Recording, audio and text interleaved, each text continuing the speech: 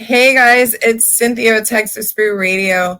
We're here supporting local Wichita Falls with Alive with the tinaclub.com. She is a local yoga instructor. She does private instructions, but most of all, today is International Yoga Day.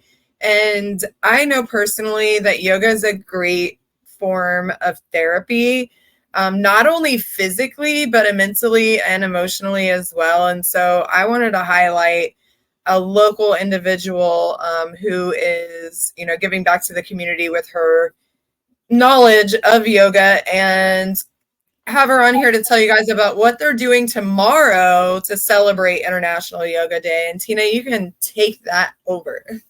All right. Well, thank you so much for having me. Again, my name is Tina Hoppala, and I am president and founder of the tinaclub.com, which basically is me.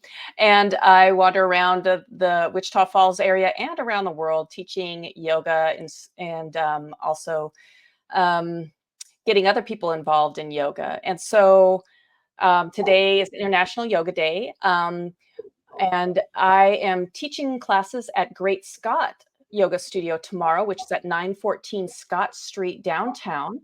And there is a regular Saturday class at 9 a.m. And I am teaching that tomorrow. And then after that class at 10:15, I'm going to have an hour and a half long, juicy yin and restorative class that is to celebrate making space in your body and mind for just being connected with yourself and with others in your community, opening up your hearts and minds, and really supporting everything that yoga does throughout our planet, really. So that's I that. mean, it really is it's necessary for us to take time. And I was just having this conversation with a gentleman down at the 50 plus zone last night. The topic was about PTSD and things that help PTSD. And the thing is that with having something like that, our brain thinks yesterday is today and it's happening right now. And I went over the scenario of so many people have 1 foot in yesterday and 1 foot in tomorrow.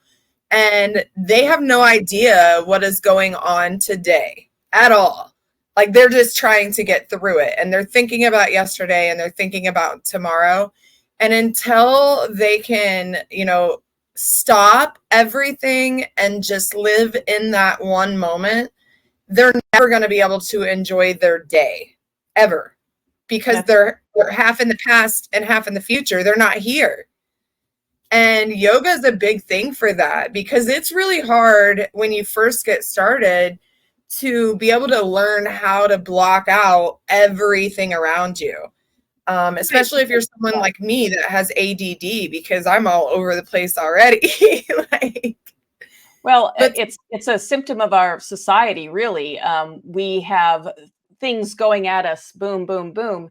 And so I like to say in my classes that yoga is an awareness exercise, because if you don't know who or where you are right in this moment, you cannot move forward in a good way. But it takes practice, because it is impossible to just stop your brain and stop everything. You're human. That's what your brain does. It's great that your brain does things, but if you can practice and build up the muscle of learning how to be in the moment, then you'll find definite benefits from this. So it's not necessarily, there's a quote, it's not, yoga isn't about touching your toes. It's about what you learn on the way down. So yeah, I think you're absolutely right. We need this idea of mindfulness in our world right now, for sure. Well, we need the pause button. I feel like we truly need a pause button. And yoga to me is like the closest we're going to get to a pause button, like taking that space for yourself. I'm a workaholic, and I recently discovered that rest is work for people who are like me. And activities like yoga, I mean, just getting outside helps your mental and so many different elements of your being. Yoga provides so many different forms of therapy because you have the stretching, which is exercise, and then you have the relaxation of it, and then you have the mental of it because you I mean you have to calm yourself. I mean, you can hear traffic outside, you can hear all of these things can like upset your element, and so that truly teaches you, I think, when you're trying to eliminate the little things, it helps you when you're having to separate yourself from the big things that are happening, like the boss that's reaming down your neck in the office and you are in fight and flight mode and don't know what to do. I think yoga is a good fallback for situations like that and coping skills even. Yeah, absolutely. We do find ourselves in that fight or flight um, for reasons. Our body is set up for that. It's to protect us. So that's great that our body knows how to do that. But your boss is not a saber-toothed tiger, more than likely. So you can you can. It is learning how to not have that gripping, that attachment to onto these things that make your mind go crazy, because you can control your thoughts, but it takes practice. It's not like something that just happens. I've been practicing yoga asana, the movement, for like 25 years. And I just turned 51. So I've been doing this for a long time, but it wasn't until 2020 where well, 2019, where I decided I'm going to take a yoga teacher training, which was right here in Wichita Falls as well at Balance Studio. I'm going to take a teacher training and try to understand what it is about this that makes me feel so good. Because I wouldn't miss a class. I would always go to class, and this helped me understand what is going on in our bodies, minds, spirits that makes people come back. And so that's and you're talking about rest. Another thing that I'm involved in, I know about, being an entrepreneur. You're doing so many things. You are the marketing, you are the salesperson, you are the operations, everything. And my other job is, I'm a travel agent with Travel Bug Girls, which is also local in Wichita Falls. And we each have our own specialty. My specialty happens to be working with getting women into wellness groups and traveling with that. And so I work with, different yoga instructors or different wellness people, and really allowing women to get into that space where they can release and relax and make the time, because you have to be intentional with this idea of rest. And if you ever come to one of my classes, at the end of it, I always say time at rest is never wasted. I even had a whole 8-week class on just rest. It was restorative yoga, and it was different ideas about just rest because we need it so much. It is absolutely a crucial part of survival. And so many of us are running the rat race so fast that there's no, if we have time, there's something to do. And that's what we've been conditioned to. There's so much conditioning that y'all need to go and check out. If you don't have a hobby, find a constructive hobby, and get with people that are setting up stuff like this. Travel is also another thing that I push big time for mental health, Yes. and for even just knowledge of the land that you live in. There are so many people that have like this cookie cutter format. They've lived in the same town their whole lives. They've never been anywhere other than maybe a 5-hour radius from their home, but they think that they understand their world and know where they live and know what's going on in society. And it's so sad being someone who's traveled in more than 50% of the states that are in the United States. I first experienced traveling outside of the country last year, and it was so hard for me to come back. Um, it was so hard because I went to the ABC Islands, and I've lived in Daytona Beach, Florida. Well, I lived in Ormond Beach, which was 20 miles north, and you can tell the difference between those two cities because Daytona is like, more of a poverty type of an area where the houses aren't, and that's what the Aruba and all that, you hear all this beautiful, beautiful. And when I got there, I mean, their homes were made out of concrete cylinder blocks. We use those for like retainer walls here, not houses, So seeing that they were living in what we would consider less than standard conditions, and they were all happy. Mhm. Like literally, I was there for 3 days. I was gone from America for 6 days total. And never once did I see a grumpy person in 6 days. And then we're like not even on land yet. And I'm getting blown over by 80-year-old people ready to get back on their plane and get back to their crappy day. Like it's mind blowing to me, but it's such an opening and awakening experience to be able to go and see how other people live other places. And that could even be just in the state next door. It's That could be that even different. it could be in the city. It could be in your neighborhood. I mean, we have, so many different ways of thinking what is real and what is true and what our neighbors think, and really, that's what yoga does, is allow you to really think, okay, is this really what's going on, or why am I coming to these conclusions? Is it fear? Is it my body trying to save me from something that you've created in your thoughts? That you've created some negative in your thoughts, but that's why you go back to, like you said, travel, finding out that other people don't have, the same things as we think are needed for success. And your success is not, it's relative. It's different for everybody. I absolutely agree on that. Some people think that success is the destination, but smart people know that it's the journey for sure. And if you're not enjoying the journey, then you're definitely living it wrong. And it's the little things, it's the knowing that we need, I mean, realistically we need 25% of rest for the 75% of work that we're doing. um it, it it's something that's crucial for our operating system. And I know personally that I'm a goer. I'm going. If I'm not going, then I'm bored and I'm going to fall asleep.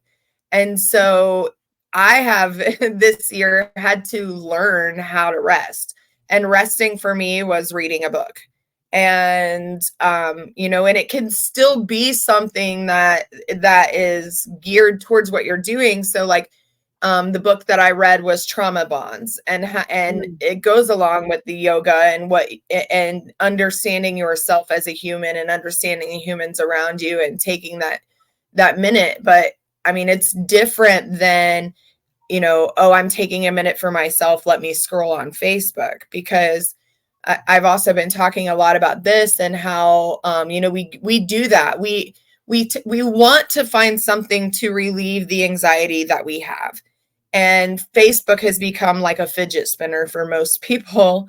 And so we get on there and it does that. It relieves the anxiety for a moment. But then after you're on there, I mean, everything has a capacity Yeah. level. And once you're on there for a certain time, then you're done scrolling, and you're done scrolling, but you keep scrolling. And once you enter that mode, you need to just get off, because Yeah. what you're doing is creating an addiction to anxiety. Yeah, there's a lot of research about how they've created the algorithms to keep your dopamine levels up. It's kind of like you're just trying to get reactions, you're trying to get likes, you're trying to do this, and it stimulates the part of your brain that's like, yeah, I want it more. So you say that the strolling is releasing anxiety. It reminds me of smoking cigarettes, which, it was when people were smoking a lot, it was, oh, this is making me relax. But if they were to really look at their bodies, that's not what was going on. And if you really are mindful about what's going on when you're scrolling, you're having to have some kind of reaction to everything that you come across. And that's not relaxing. That's that's like work, and Well, you don't and to want to put realize. it into perspective, I had so I have a PTSD that puts a lot of stuff into perspective. It's called Evernote syndrome, and what that means is that I've been through so many situations that I've had to to be in survival mode, that now my brain permanently is operating like that, and it's much like my brain is like a crime scene investigator's camera. And so I tell people, like, when we're on social media, like when you test your eyes to see if you're dilated, they put that light there, and it makes sure you can see your eye move. It contrasts, and Mhm. um, it opens and closes. You can see your pupil dilating and undilating, and that's movement. So if you think about every single thing you see, your little pupils sitting there tweaking the heck out, like that's overstimulation, and it's definitely affecting your brain. It's Yes, definitely um absolutely. and we Absolutely. don't realize it because it's just, it's just the fidget spinner. It's just the fidget spinner. Right, right. um It's like an automatic now, if you're intentional about moving away from it, like I've started a thing where for the first hour of my day, I try not to even look at it. And it's like, okay, I'll do something else. You don't need to check your email. You don't need to check your socials right away. Um it's okay. They'll be there when you get back. And if you take your right. walk, or if you do meditation, or whatever it is that you do to bring you back into the moment, so that you can be prepared for other people in your life and yourself, especially for women who, they're doing for everybody else. They're watching other people's kids. They're dealing with getting everything together, and that's why I like the release of getting to a yoga class, or going on a girls trip, or something like that, where it's like, or if I'm also a writer, I've been in 6 different Chicken Soup for the Soul books. Um, so being creative is a way to connect with yourself as well, but you have to give yourself time for it. That's the big thing, is understanding that self-care is important. It's as important as the bills that need paid, and actually the bills get paid a lot easier if you feel better about your work. They definitely do. And all of that time spent scrolling, like there are ways to make more time in your day. Like I was just talking about how the top fan badges, like I always accept them, but I realize now that that's only a monthly thing, and like I'm consuming so much of my time accepting these stinking badges, thinking that I'm supporting people, and I'm like, I just can't do it anymore because I need that time is my time. Like Mhm. there's so many little things in our day that we do out of habit that we don't realize, like that's I can't get that time back. Like Yeah. um and being aware is a huge step in being successful. Absolutely. And so another thing that I find that helps with stress relief and stuff is nature is nurture, and getting out in the wild, um, and out I just even outside on your back porch, because the air quality outside is way better than the air quality inside. Unless you have a lot of house plants, it's Yeah. definitely a better air quality. And then I connecting with the earth, like even taking your shoes off and stepping on the ground, and grounding is important, breathing and walking, absolutely. Yeah, I have a friend back home that, we I always went camping as a kid, and she was going on a camping trip, and she also does yoga and is in some things. And I was mind blown when she sent me a picture of her campsite, because it was a tent in the forest. It was not at a campsite. And I was like, girl, like you really, really went camping. I missed that. Like we don't, there's not places. I mean, I don't know that I would even camp in the woods in Texas. I don't know that I would. There's too many things down here that like actually can kill you in the night.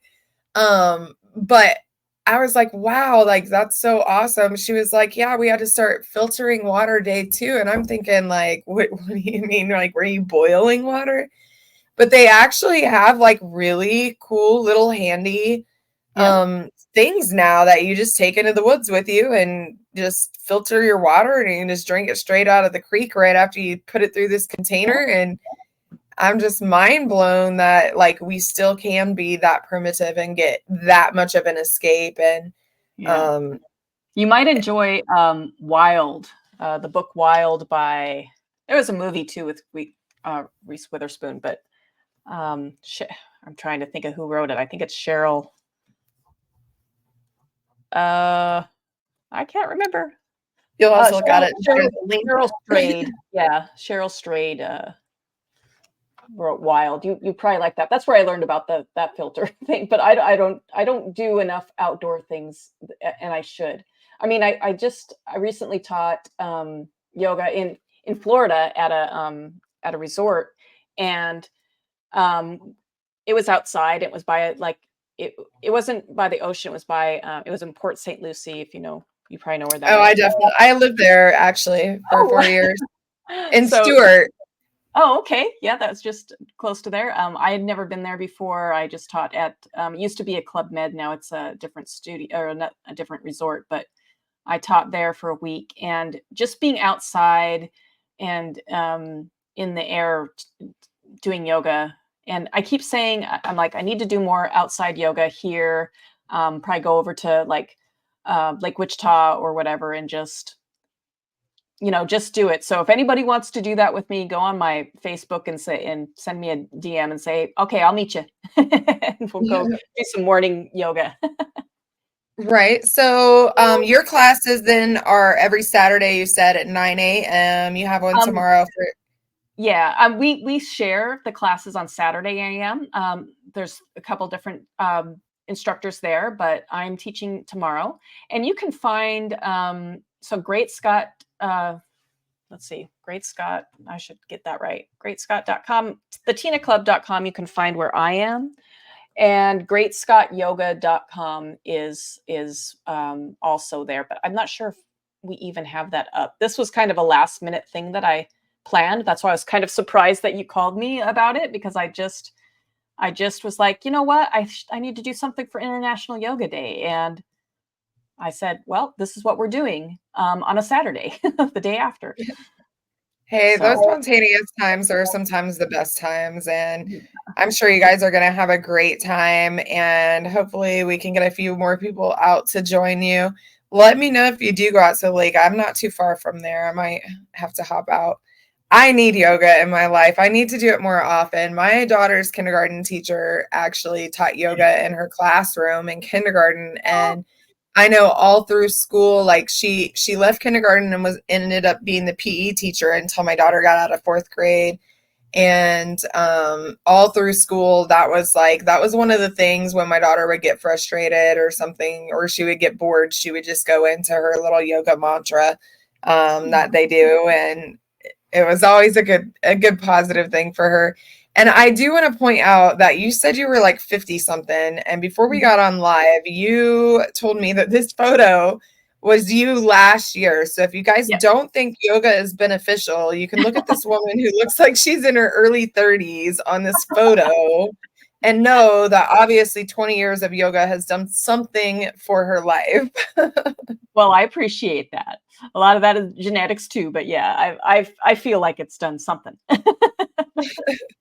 Absolutely. Well, thanks for hopping on and chatting with me about yoga and mental health and being aware of yourself and making time for rest, because it's something that many people, including myself, need to be reminded of. And hopefully, you guys have a great success down there at Great Scott Yoga at 9 a.m. tomorrow. Join her. They're going to have a class. You said the yoga class is at 9, but your International Yoga Day event is at what time? It'll be 10:15. Okay. So Yeah, 10. join her at 10:15 You can go to both. The 9 a.m. It's a drop-in class. Both of them will be 9 a.m. Drop-in class. Always $10 at Great Scott. No membership needed. You just go there, and then it's $17 for the 10:15 class, and it'll be an hour and a half long class. It'll be yin, which is a stretching yoga, and then restorative for the second half of class, which is rest. It is intentional rest to get you out of that fight or flight mode. So you can be be present. So if you're stressed out and you need a reset for your week, take $30 down and talk to Tina. We are going to get off of here. Make sure you All check out right. Texas Brew Radio. And thank you, Tina, for jumping on here with us. All right.